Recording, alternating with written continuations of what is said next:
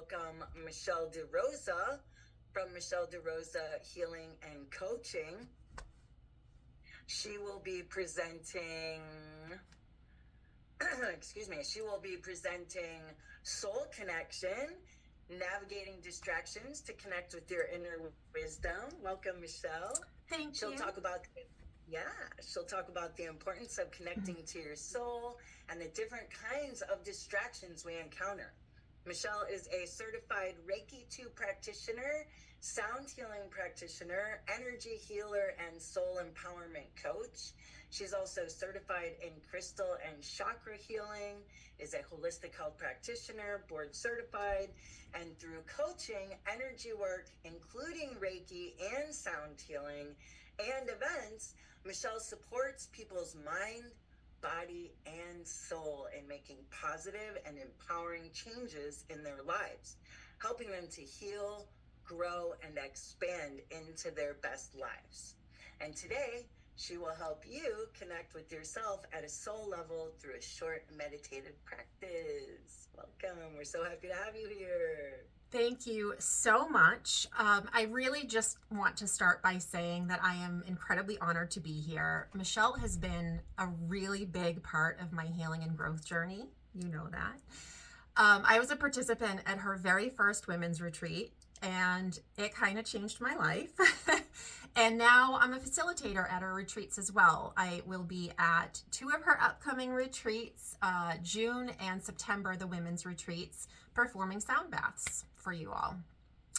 I am also a graduate of her holistic health practitioner program in her very first class that she ran, which ultimately contributed to me opening my apothecary. So I didn't include that in my little bio, but yes, I also run an apothecary. So Michelle has been very instrumental in my expansion, for which I am very grateful. And I'm really excited that you're all here experiencing her, and I'm excited for her upcoming announcement too. All right, so as Michelle said, I am Michelle, and I'm an energy healer, specifically Reiki and sound healing, and I'm also a soul empowerment coach. I help people filter through the distractions, what I like to call the noise, which I believe to be the conditioning that we've received, expectations that are placed on us or that we place on ourselves, comparison with other people and their situations, judgment, again, which can either be judging others or judging ourselves or being judged ourselves, and criticism, so that they can start to live really authentically, they can live connected, they can be empowered, and just live in that really soul connected way, which when you start living that way just feels so different than all of that other stuff I just talked about. We have every single answer for ourselves inside of us, every single one, but that conditioning and life experiences and other people and the traumas that we experience can mute that connection, can silence that connection with our soul that tells us everything that is perfect for us as an individual. So what we start to do is things that we're supposed to do. I love that one. We compare ourselves to others and then try to measure up with them. We live in a lot of fear. I'm speaking from experience here. We worry about getting it right. And each and every time we do that, we betray ourselves. And when we betray ourselves, we create conflict inside of us. And that conflict causes imbalances in our energetic fields. And that leads to issues physical issues. It can cause mental and emotional conditions. So no good. It's no good. We create this inner conflict, and my goal is to help to alleviate that with the work that I do. So in my energy healing sessions with the clients, we are looking for those imbalances. We are looking to expose the noise, and whatever that may be for that individual, it's obviously going to be different for each and every person. You all have your own experiences and the way that you were brought up and the things that have happened to you and the messages that you've received. And then in the soul coaching sessions, we really work through trying to be able to get beyond them, so that they can live, again, everything is about soul connection for me. I have learned that that soul is here for a reason. It's here for a purpose. And as long as you are following that, you are going to just feel it. You're going to feel that alignment. You're going to feel that peace. You're going to feel that happiness. Conditioning is the biggest thing that most of my clients face, and it's what they were taught, it's how they were taught, the messages they received, whether explicitly or implicitly. So when I was growing up, I was the only girl out of 9 grandchildren. All the rest were boy cousins or brothers. And I was always praised, mind you, for being the quiet one and the one who always let the boys go first. That is messaging. The message I received from that was put yourself last and shut your mouth and everybody will love you. Yeah, I mean, and that's it. I've literally carried that with me for most of my life. When I had to first start going live and doing these things, it was it's still a little terrifying for me, but it was so terrifying because of that messaging that you're the quiet good girl who lets everybody else go ahead of you.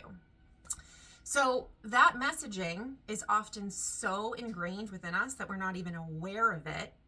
And it is affecting how we think, feel, act, everything. So again, we work to bring awareness to that conditioning, and then we challenge it. We work to free you so that you can start making choices based on what is right for you. If anybody here has ever lived by expectations of others, the people pleaser, all of those types of things, you may want to dive a little bit into some of the messaging that you received as you were growing up.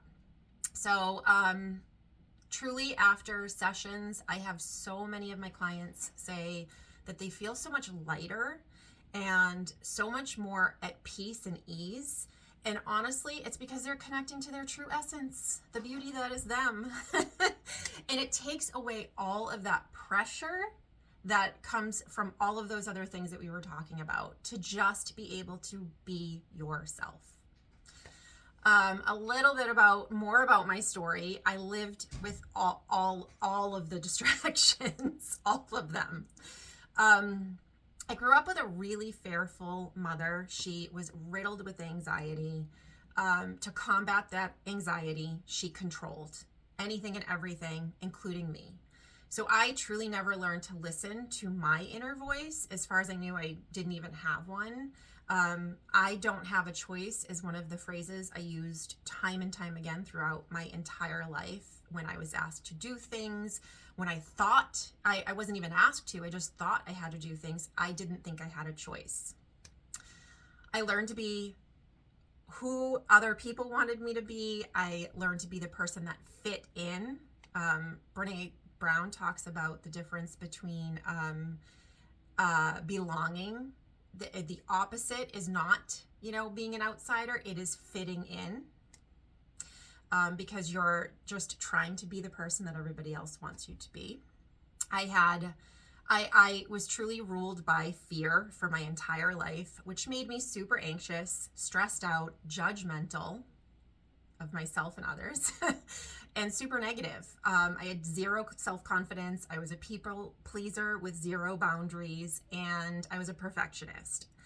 And that all stemmed from believing that if I could just get it right, then I would be safe. So I did everything I was supposed to do, but none of it ever felt right. I didn't fit in with the people around me, including my family, which was incredibly painful. No matter how hard I tried, it was really lonely and, again, incredibly painful. To combat that, my numbing agent of choice was alcohol. And I turned to it daily, every single day. And this went on for most of my life. Eventually, I decided I had to take control here. I had to change my life because I had waited for so long for something to come along and nothing ever did.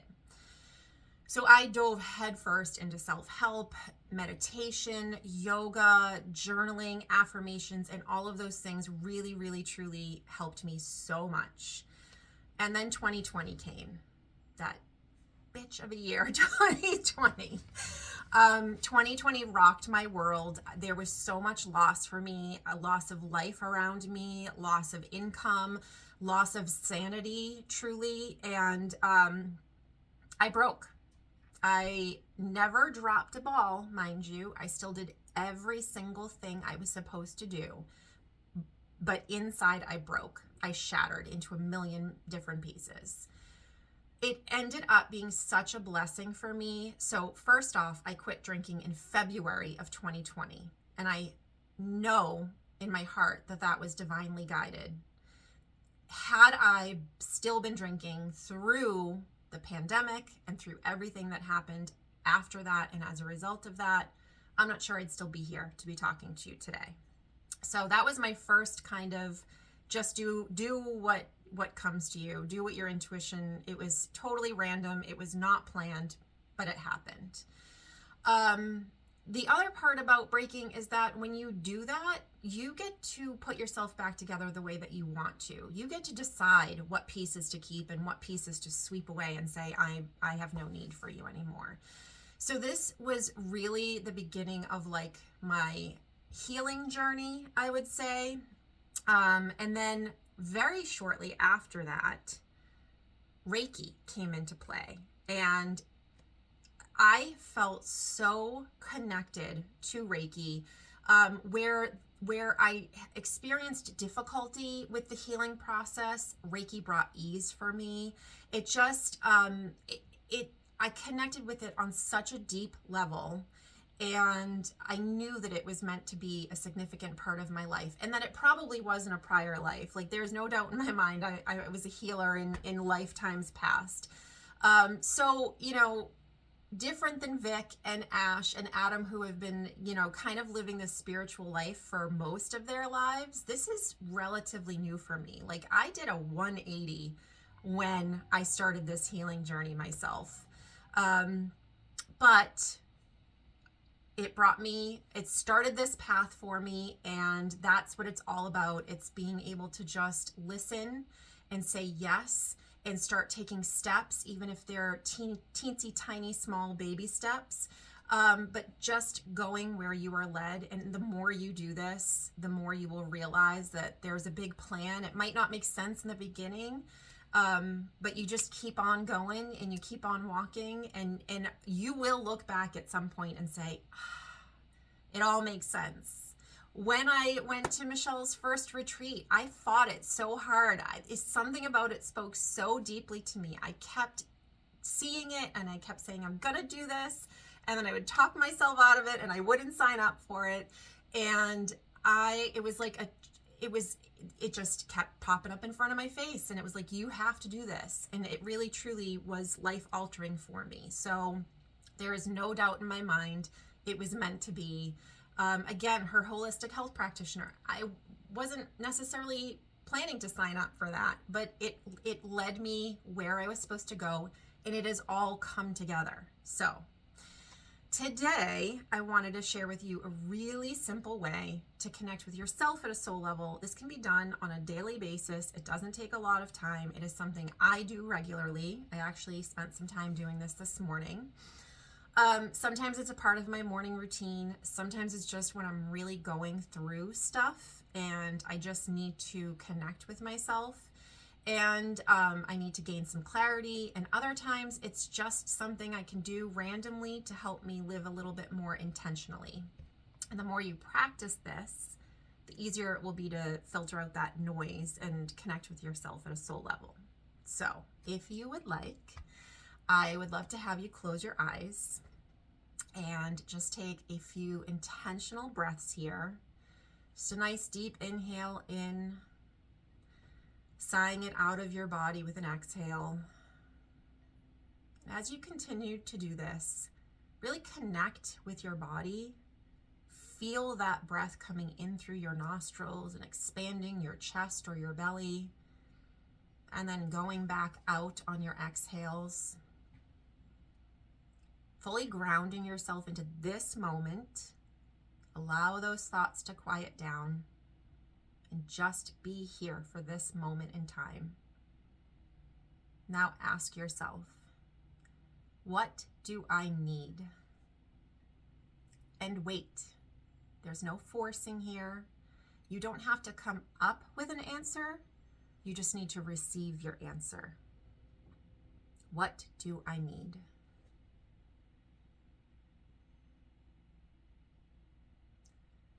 Whatever comes up for you, just sit with that for a moment. Now ask yourself, why do I need that? What will it provide for me? And how will it make me feel?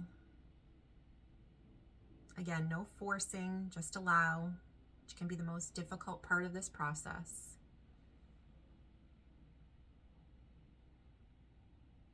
Sit with that feeling for a moment or two here, as if you are already experiencing it and you already feel it.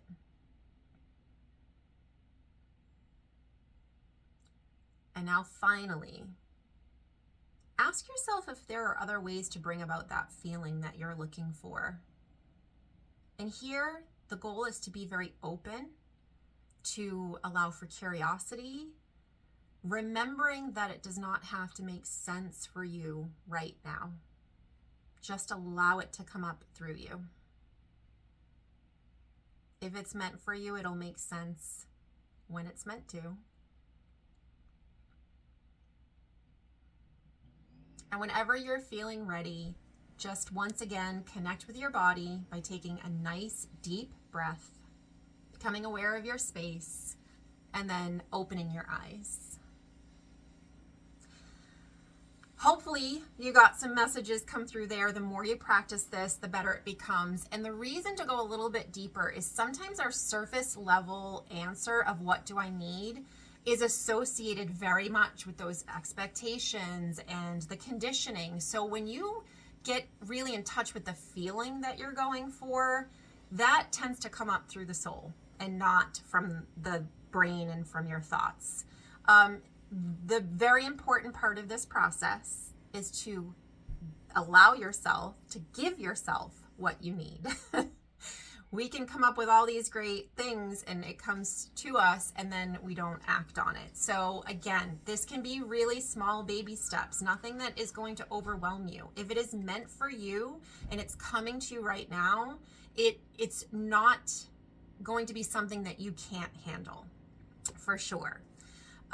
So this practice can be done meditatively like we've just done.